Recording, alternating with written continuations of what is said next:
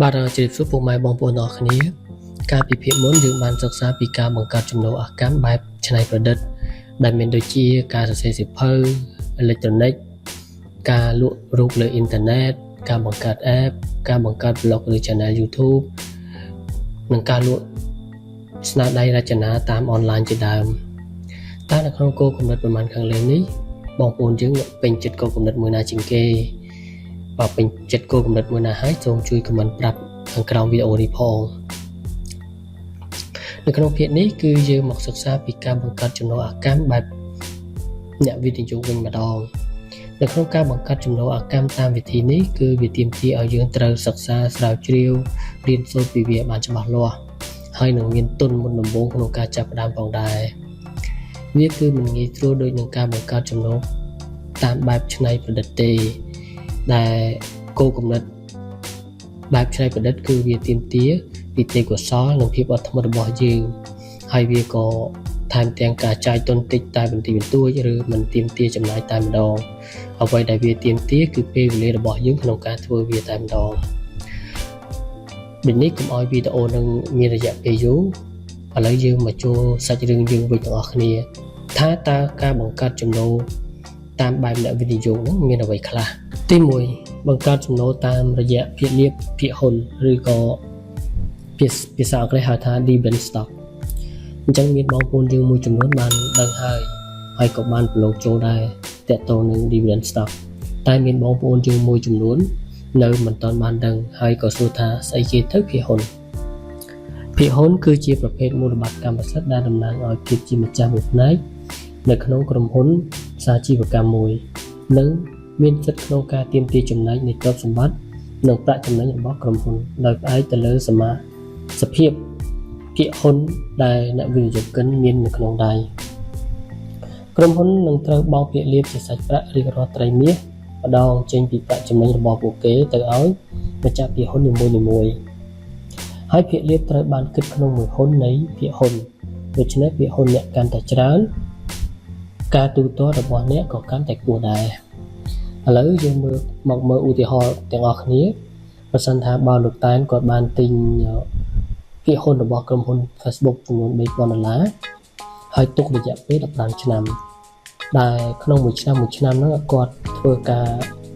reinvest ធ្វើការដាក់វិនិយោគទៅលើភាគហ៊ុនរបស់ Facebook នោះចំនួន$700ក្នុងមួយឆ្នាំអញ្ចឹងយើងសួរថាតើក្នុងរយៈពេល15ឆ្នាំហ្នឹងលុយរបស់គាត់កើនឡើងចំនួនប្រមាណចឹងដូចនេះយើងមកមើលពីការគណនាទាំងអស់គ្នានៅក្នុង website មួយដែល website ហ្នឹងមានឈ្មោះថា thecalculationsite.com អញ្ចឹងមកយើងក៏រើសទៅលើ compound interest calculator ហើយយើងវាយចំនួនទឹកលុយដែលយើងធ្វើការវិនិយោគចំនួន$3,000មកហើយចំនួន interest rate នេះក្នុងរយៈពេល interest rate នេះឥឡូវតើយើងធ្វើការគណនានេះយើងមួយឆ្នាំម្ដងនេះគេ compound interest នេះគឺរយៈពេលក្នុងមួយឆ្នាំអញ្ចឹងយើងមិនបាច់ប៉ះពាល់ទេអញ្ចឹងឥឡូវយើងមកគិតទៅលើ interest rate អញ្ចឹងនៅទៅលើ interest rate នេះដើម្បីយើងអាចយកព័ត៌មាននឹងបានយើងចូលទៅ calculator មួយទៀតចឹង calculator ហ្នឹងគឺនៅក្នុង website តែមួយទេប៉ុន្តែគាត់ថាវាមានដាក់ CAGR calculator អញ្ចឹងយើងអានេះទាក់ទងនឹងតម្លៃរបស់ភាគហ៊ុន Facebook ដែលយើងយក history របស់ Facebook ពីការឡើង IPO លើផ្សារហ៊ុនហ្នឹងចំនួនប្រមាណហើយចុងបញ្ចប់អញ្ចឹងដើម្បីបានរយៈពេលហ្នឹងយើងទៅមើលស្រាវជ្រាវមើលតាមអ៊ីនធឺណិតទាំងអស់គ្នាចឹងនេះយើងមើលស្រាវជ្រាវមើលនេះចឹងព័ត៌មាននេះយើងសេចបានទៅន័យថាការឡើង IPO របស់ Facebook ហ្នឹងគឺវាមុនដំបូង 38.23 ចឹងយើងយកមក 38.23 ហើយក្នុងរយៈពេលប្រវត្តិឆ្នាំ2015នេះចឹងនេះយើងចូលនៅក្នុង website Yahoo Finance មកគឺ ចឹងនៅក្នុងឆ្នាំ2015ហ្នឹងឆ្នាំ2025អានេះផ្សារហ៊ុនធ្លាក់ចុះចឹងឆ្នាំ2025ហ្នឹងថ្លៃភាគហ៊ុនរបស់ Facebook ហ្នឹងល្បាក់ខ្ទង់ជា500ជាងទៅ600ឥឡូវទីផ្សារហ៊ុនរបស់ Facebook ធ្លាក់ចុះចឹងនេះយើងវាយមកថា500ហ្នឹងមកចឹងនេះតាំងពីឆ្នាំ2012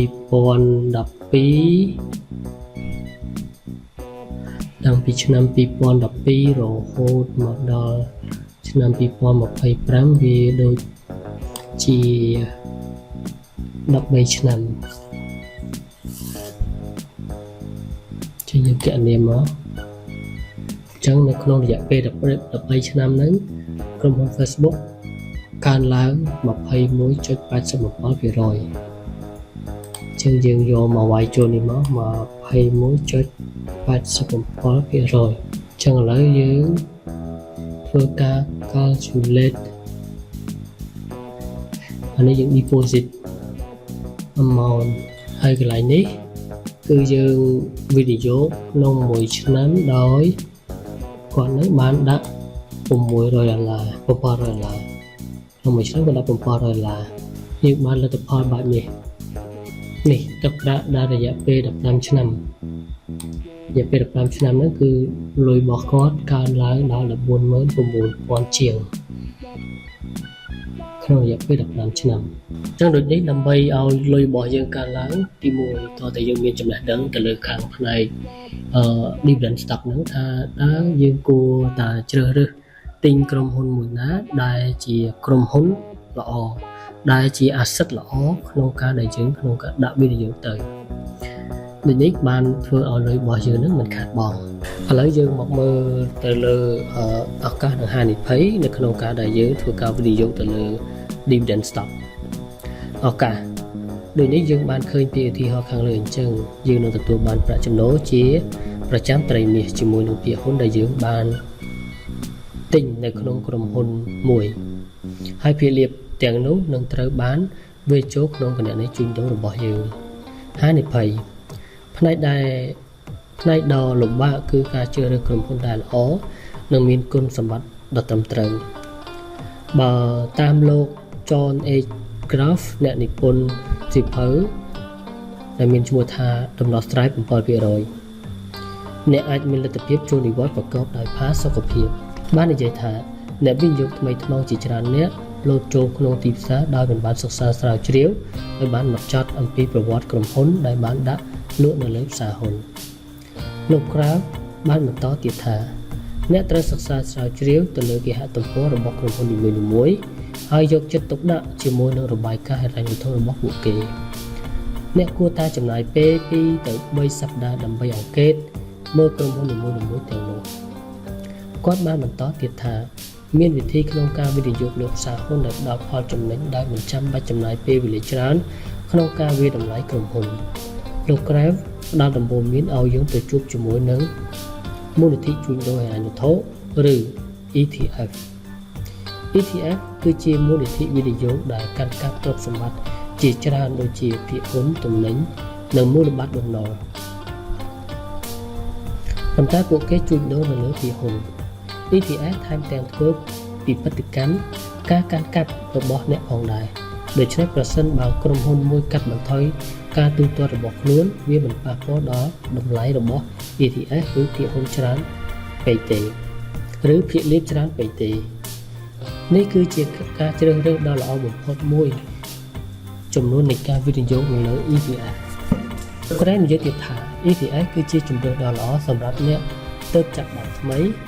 ដោយសារតែពួកគេងាយយល់ផលចំណេញខ្ពស់មានតម្លៃថោកនិងមានផលតបស្នងត្រឡប់មកវិញល្អដោយសារតែតម្លៃទាបជាង Manual Fund ហានិភ័យសំខាន់មួយទៀតគឺថាភាគហ៊ុនឬក៏ ETF អាចធ្លាក់ចុះយ៉ាងខ្លាំងក្នុងរយៈពេលខ្លីជាពិសេសក្នុងអំឡុងពេលនៃវិបត្តិពិភពលោកដូចជានៅក្នុងឆ្នាំ2020នៅពេលដែលវិបត្តិមេរោគឆ្លងបានធ្វើឲ្យទីផ្សារហិរញ្ញវត្ថុធ្លាក់ចុះវិបត្តិសេដ្ឋកិច្ចថែមទាំងអាចបណ្ដាលឲ្យក្រុមហ៊ុនមួយចំនួនកាត់បន្ថយភាគលាភរបស់ពួកគេទាំងស្រុងផងដែរ ខណៈពេលដែលមូលនិធិចម្រុះអាចស្ថិតនៅក្នុងគ្រាអាសន្នទី2មូលបត្របំណុលឯកជនឬក៏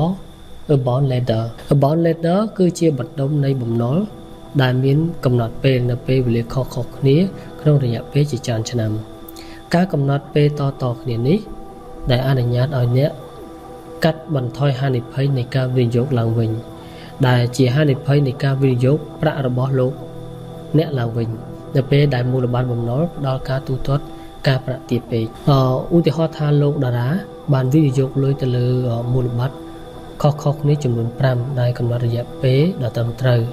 នៅក្នុងមូលបត្រ A ដល់ពេលកំណត់រយៈពេល2ឆ្នាំលោកតារាមានជម្រើស2ទី1គាត់អាចធ្វើការវិនិយោគសារឡើងវិញទៅលើមូលបត្ររយៈពេល10ឆ្នាំដោយទទួលបាននូវអត្រាការប្រាក់ខ្ពស់ជាងមុនទី2គាត់អាចដកលុយចេញពី bond letter របស់គាត់នឹងដើម្បីធ្វើការចំណាយឬក៏ការវិនិយោគទៅលើអ្វីផ្សេងទៀតក្រៅពី bond នៅក្នុង bond ក៏យើងមានឱកាសនិងហានិភ័យដូចគ្នាអញ្ចឹងឱកាសសម្រាប់ធ្វើការវិនិយោគរបស់ bond គឺជាការវិនិយោគអាកម្មបែបបុរាណដែលបានទាក់ទាញអ្នកចូលនិវត្តន៍និងចិត្តចូលនិវត្តន៍អស់ជាច្រើនទសវត្សរ៍អ្នកអាចអង្គុយត្រឡប់មកវិញហើយប្រមូលការទូទាត់ការប្រាក់របស់អ្នកហើយនៅពេលដែលមូលបត្របំណុលឯកជនរបស់អ្នក extend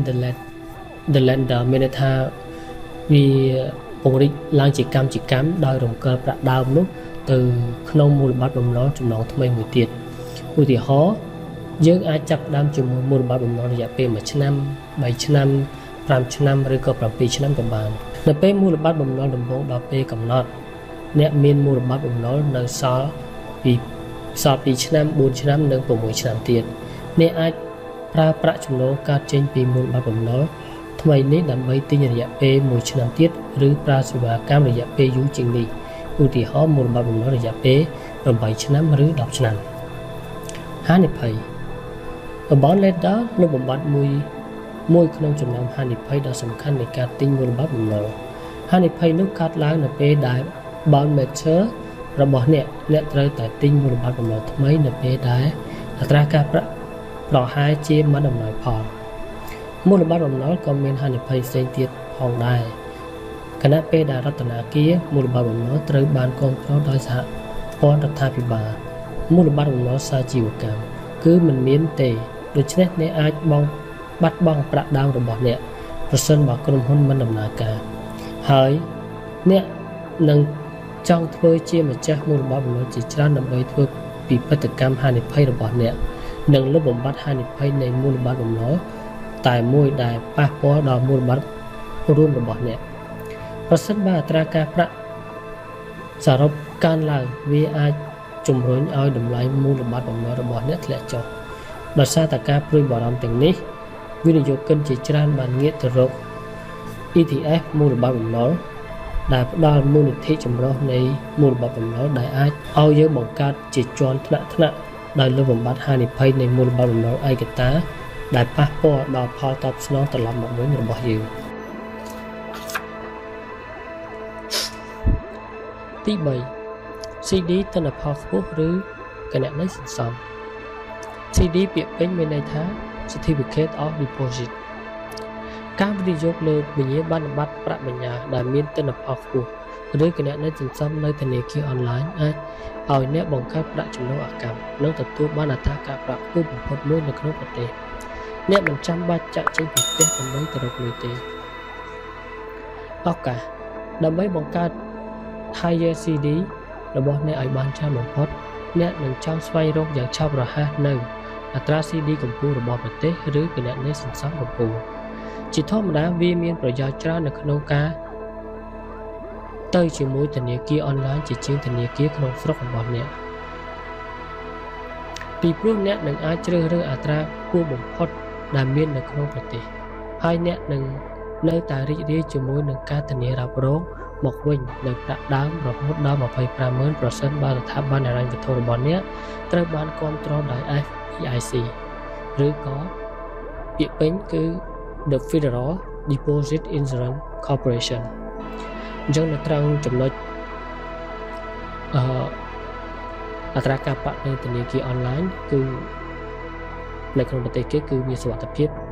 ដោយសារតែមានការគ្រប់គ្រងដោយទៅលើអង្គការ FDIC នេះអញ្ចឹងនៅសម្រាប់នៅប្រទេសគេទេដែលគេអាច apply ទៅលើបញ្ញានៅក្នុងធនាគារអនឡាញបានប៉ុន្តែសម្រាប់នៅក្នុងប្រទេសរបស់យើងទៅលើដែលធនាគារអនឡាញគឺវាពិបាកក្នុងការទុកចិត្តអញ្ចឹងដូចនេះយើងអាចស្រាវជ្រាវទៅលើប្រព័ន្ធធនាគារដែលមាននៅក្នុងប្រទេសខ្មែរយើង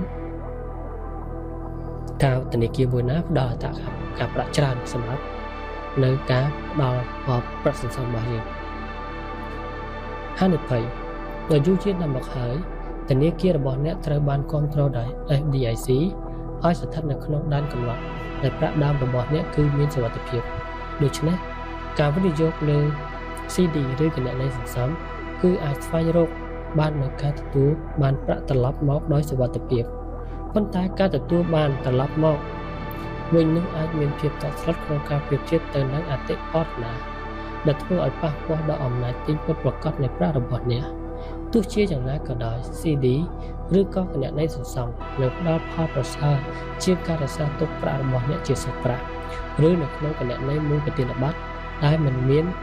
អត្រាការប្រាក់ដែលអ្នកនឹងមិនទទួលបានអ្វីទាំងអស់ឥឡូវនេះយើងមកមើលទៅលើប្រព័ន្ធធនាគារនៅស្រុកខ្មែររបស់យើងអាចធ្វើការស្រាវជ្រាវបានលើអ៊ីនធឺណិតអញ្ចឹងគ្រប់ស្ថាប័នធនាគារនៅក្នុងស្រុកខ្មែរយើងគឺបានបង្ហាញទៅលើអត្រាការប្រាក់ដែលយើងចង់បង្កើតគណនីសន្សំអីផ្សេងៗចឹងបើសិនថាជាបងប្អូនចង់ស្វែងរកយើងគ្រាន់តែវាយពាក្យជាភាសាខ្មែរក៏បានអង់គ្លេសក៏បាន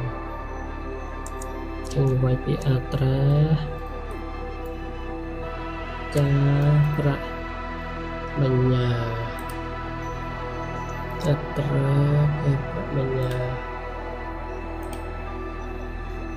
នេះចឹងចេញហើយមាន ACDAចូលមើលមកតែ ACDA អត្រាការប្រាក់គិតឲ្យយើងបែបម៉េចអញ្ចឹងយើងអាចមើលមកអត្រាការប្រាក់លើប្រាក់បញ្ញើមានកំណត់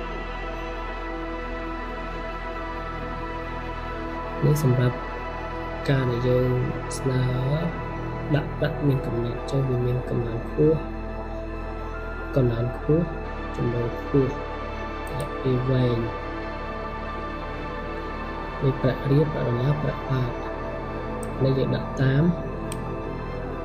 ម៉ាស៊ីនឬក៏ mobile អ៊ីនធឺណិតចំនួន36ខែរយៈពេលវិញគឺ36ខែឡើងចឹងអត្រាការប្រាក់មកជាលុយដុល្លារមួយឆ្នាំ3.9%នឹងបើយើងដាក់តាមម៉ាស៊ីន mobile ឬក៏អ៊ីនធឺណិតគឺ 4%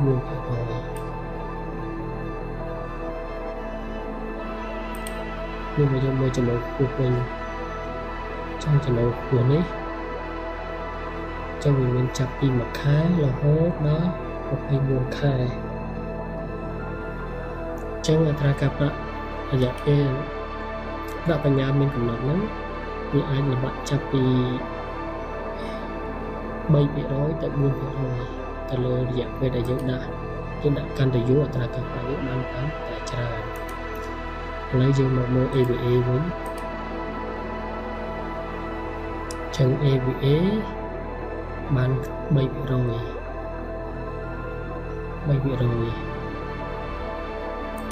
ះបើយើងមើលហត្ថថាវិញហត្ថថាឲ្យខ្ពស់ដាក់ដុល្លារ 4.75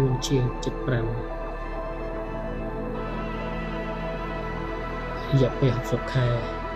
បាន 4 ជាងពី10ខែ 4 កន្លះ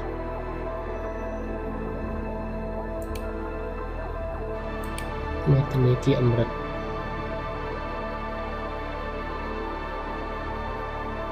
ធនាគារអមរិតដាក់នេះឲ្យមកបើសិនកាសចូលមកសំគណនីក្មេងឆ្លាតចំណុចគណនីក្មេងឆ្លាតទៀតដែរសន្សំមានការកំណត់ ប្រាក់ដុល្លារឧទាហរណ៍យើងដាក់ថា$1000រយៈពេលយើងដាក់36ខែអត្រាការប្រាក់ 3% ចុះកាត់ពន្ធអស់ 6% 98សរុបរយៈពេល36ខែហ្នឹងលុយរបស់យើងបានតាម$1098ទេអូតិចណាស់អញ្ចឹងបងប្អូនអាចមើលនៅក្នុងនេះបានអាចយើងឬក៏យើងអាចទៅធនាគារដោយផ្ទាល់សួរទៅលើធនាគារអ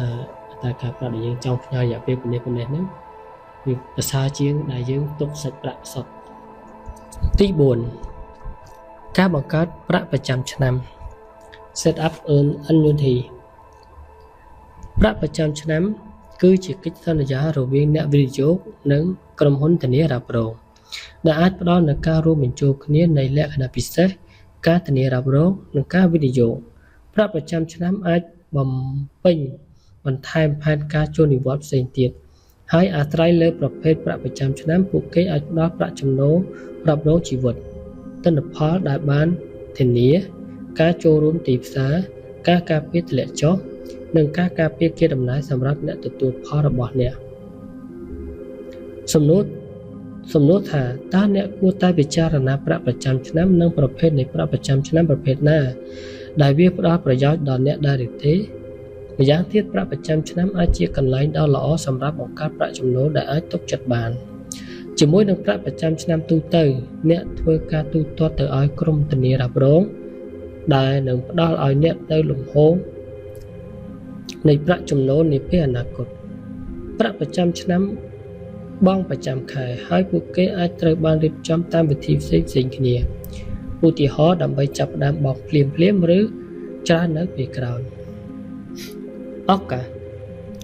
ប្រាក់ប្រចាំឆ្នាំអាចត្រូវបានរៀបចំតាមវិធីជាច្រើនអាស្រ័យលើអ្វីដែលអ្នកត្រូវការ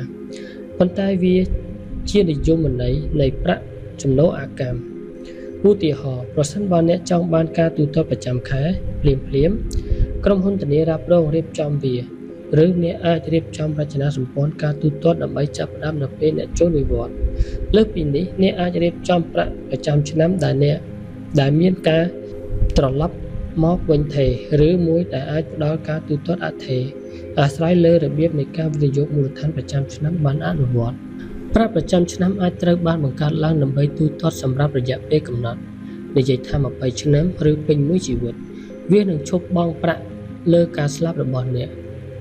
ឬវាអាចបន្តបង់ជូនប្តីប្រពន្ធរបស់អ្នកជំរឿគឺធំទូលាយហានិភ័យ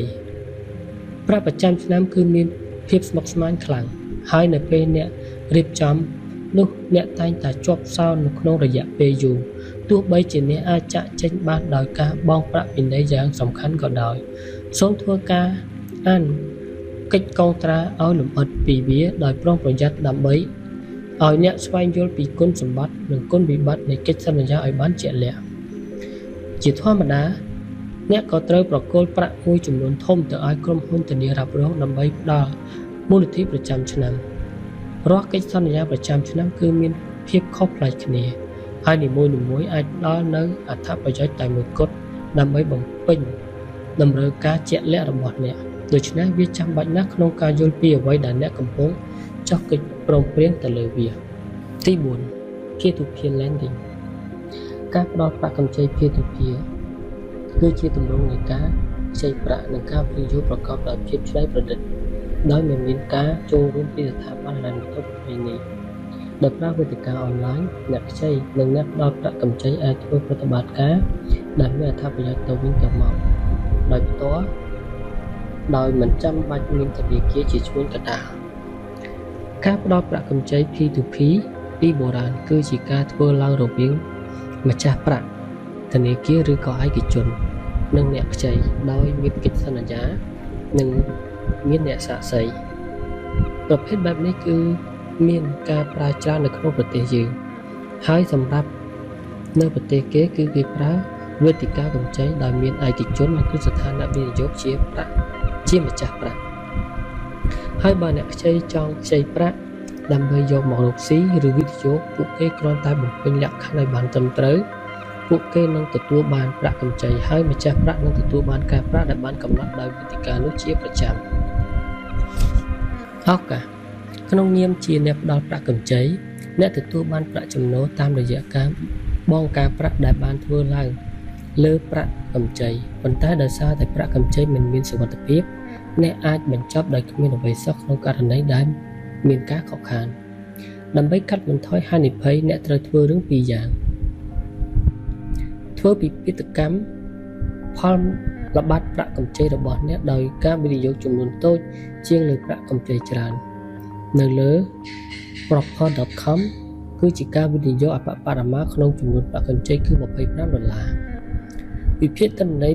ប្រវត្តិសាស្ត្រលើអ្នកខ្ចីគោលដៅដើម្បីធ្វើការជ្រើសរើសព័ត៌មានដ៏ត្រឹមត្រូវហានិភ័យវាត្រូវការពេលវេលាដើម្បីធ្វើជាម្ចាស់រង្វាន់នៃការផ្ដល់ប្រាក់កម្ចី P2P ដូច្នេះវាមិនអកម្មទាំងស្រុងទេហើយអ្នកនឹងចង់ពិនិត្យដោយប្រុងប្រយ័ត្នទៅលើអ្នកខ្ចីរបស់អ្នកចាប់តាំងពីអ្នកកំពុងវិនិយោគលើប្រាក់កម្ចីច្រើនអ្នកត្រូវតែយកចិត្តទុកដាក់ទៅលើការទូទាត់ដែលទទួលបានអ្វីក៏ដោយដែលអ្នកចាប់អារម្មណ៍គួរតែវិនិយោគឡើងវិញប្រសិនបើអ្នកចង់បង្កើតប្រាក់ចំណូលវិបត្តិសេដ្ឋកិច្ចក៏អាចធ្វើឲ្យប្រាក់កម្ចីផ្ទាល់ខ្លួនដែលផ្ដល់ទិន្នផលខ្ពស់ខ្លាចទៅជាបេក្ខភាពដែលទំនងជាមានកំហុសឆ្គងដូច្នេះប្រាក់កម្ចីទាំងនេះអាចជាអាក្រក់ជាងអត្រាប្រវត្តិសាស្ត្រនៅពេលដែលសេដ្ឋកិច្ចកាន់តែអាក្រក់ឥឡូវនេះយើងមកមើលនៅលើ website prosper.com ទាំងអស់គ្នាដែលគឺជា website ទៅលើកម្ចី online អញ្ចឹងយើងអាចវាយពាក្យ prosper មកគឺយើងឃើញ website បែបនេះអញ្ចឹងនៅក្នុង website ហ្នឹងគឺជា website កម្ចី online អញ្ចឹងបងប្អូនចង់យល់ច្បាស់បងប្អូនអាចសិក្សាទៅលើ website នេះបាន credit card personal loan Obligity investment and IRA ហើយ website នេះក៏ថ្មីសម្រាប់ខ្ញុំដែរខ្ញុំមិនទាន់បានស្រាវជ្រាវថាតើវាមានអីខ្លះហើយវាមានលក្ខខណ្ឌបែបម៉េចហើយអាចផ្ដល់មកប្រទេសខ្មែរយើងបានដែរអត់ឬក៏អ្នកនៅក្នុងស្រុកយើងអាចធ្វើផ្ដល់ប្រាក់កម្ចីទៅលើតាមអនឡាញលើ website មួយនេះបានដែរទេអញ្ចឹងបងប្អូនចង់ដឹងច្បាស់បងប្អូនអាចសិក្សាទៅលើ website នេះបន្ថែមទៀតនេះសំណួរចម្លើយដែលតាក់ទងនឹង website របស់គេ How does investing through proposals work? What the risk? Who can invest on proposals? Retail investor must be United States permanent resident or citizen who are អាយុ21ឆ្នាំឬក៏ជាងចាស់ជាងនេះ Valid security or អញ្ចឹងបានតា website នេះសម្រាប់តាអ្នករស់នៅសហរដ្ឋអាមេរិកទេជាងនៅខ្មែរយើងគឺអត់ទេទី5 Municipal Bond Closed-end Fund មូលបត្របំណុលក្រុងផ្ដល់ប្រាក់ចំណូលភាគលាភដោយមិនបង់ពន្ធដល់អ្នកវិនិយោគជាថ្នូរនឹងការផ្ដល់ហិរញ្ញប្បទានដល់គម្រោងសាធារណៈសម្រាប់រដ្ឋនិងទីក្រុង The Closed-end Fund បានផ្ដោតលើតំបន់នៃពិសេសនៃទីផ្សារនេះជាម្ចាស់មូលបត្របំណុលទាំងនេះជាច្រើនប្រភេទហើយបន្ទាប់មកផ្ដល់ផលចំណេញជារួមដោយការខ្ចីប្រាក់ដើម្បីទិញបន្ថែមទៀតដូចជាការវិនិយោគលើ CD ឬក៏មូលនិធិភាគហ៊ុនឬមូលនិធិភាគលាភ A closed-end fund គឺជាប្រភេទនៃចំណូលអាកាសបំផុតឱកាស A closed-end municipal bond fund អាចជាមធ្យោបាយដ៏គួរឲ្យទាក់ទាញមួយដើម្បីរកប្រាក់ចំណូលដោយមិនបង់ពន្ធដែលអាចជាការពិតជាពិសេសសម្រាប់អ្នកនៅក្នុងរដ្ឋដែលមានពន្ធខ្ពស់ឬដង្កៀបពន្ធខ្ពស់មូលនិធិទាំងនេះជាធម្មតាបងភាគលាភបានល្អប្រសើរជាងមូលបត្របំណុលក្រុងជាមធ្យម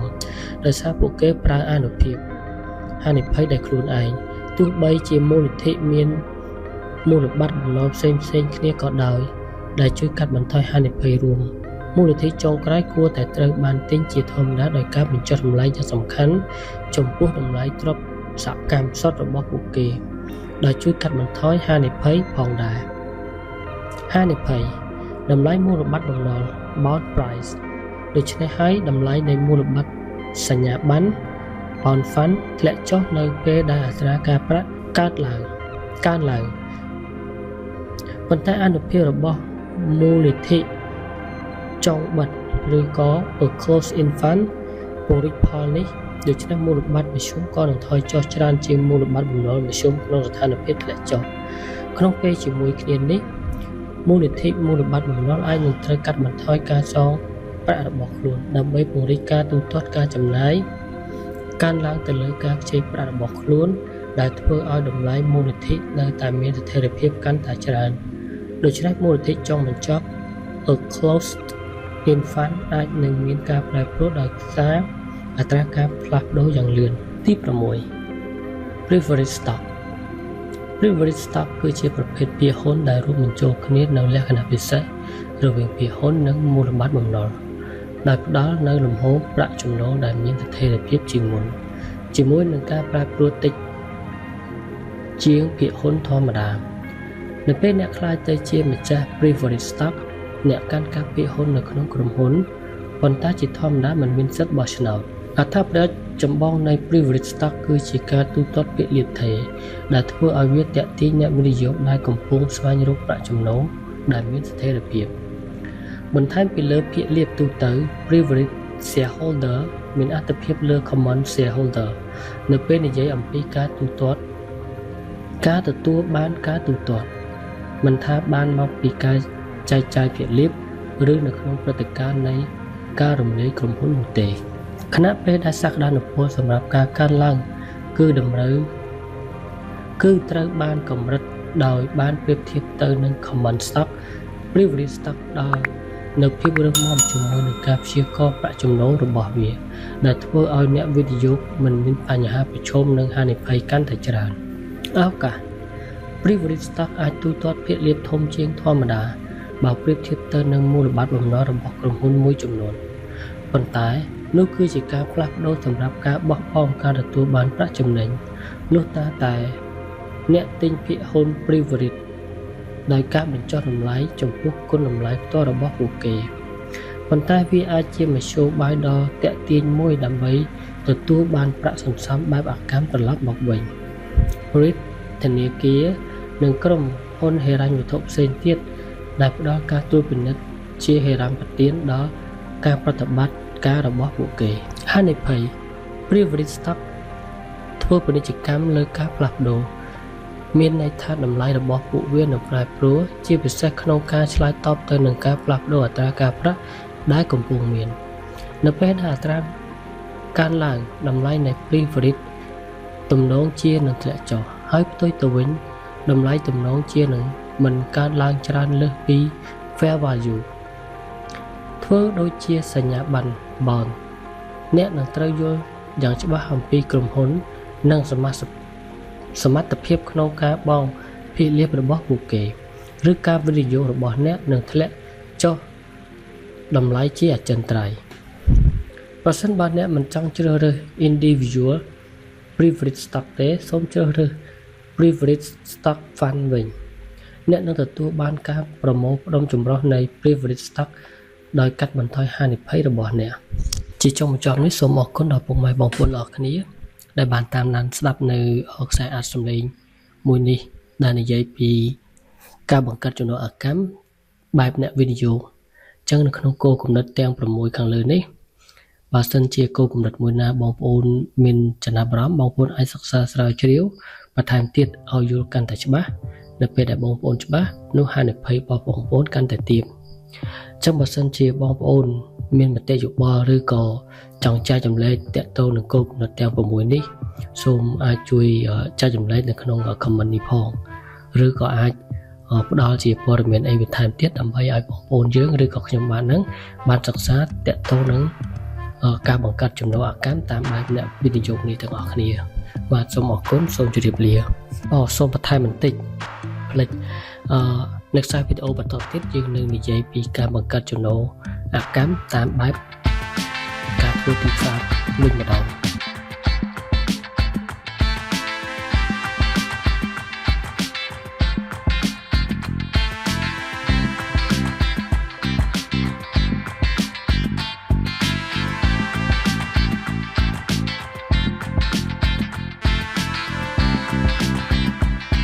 ។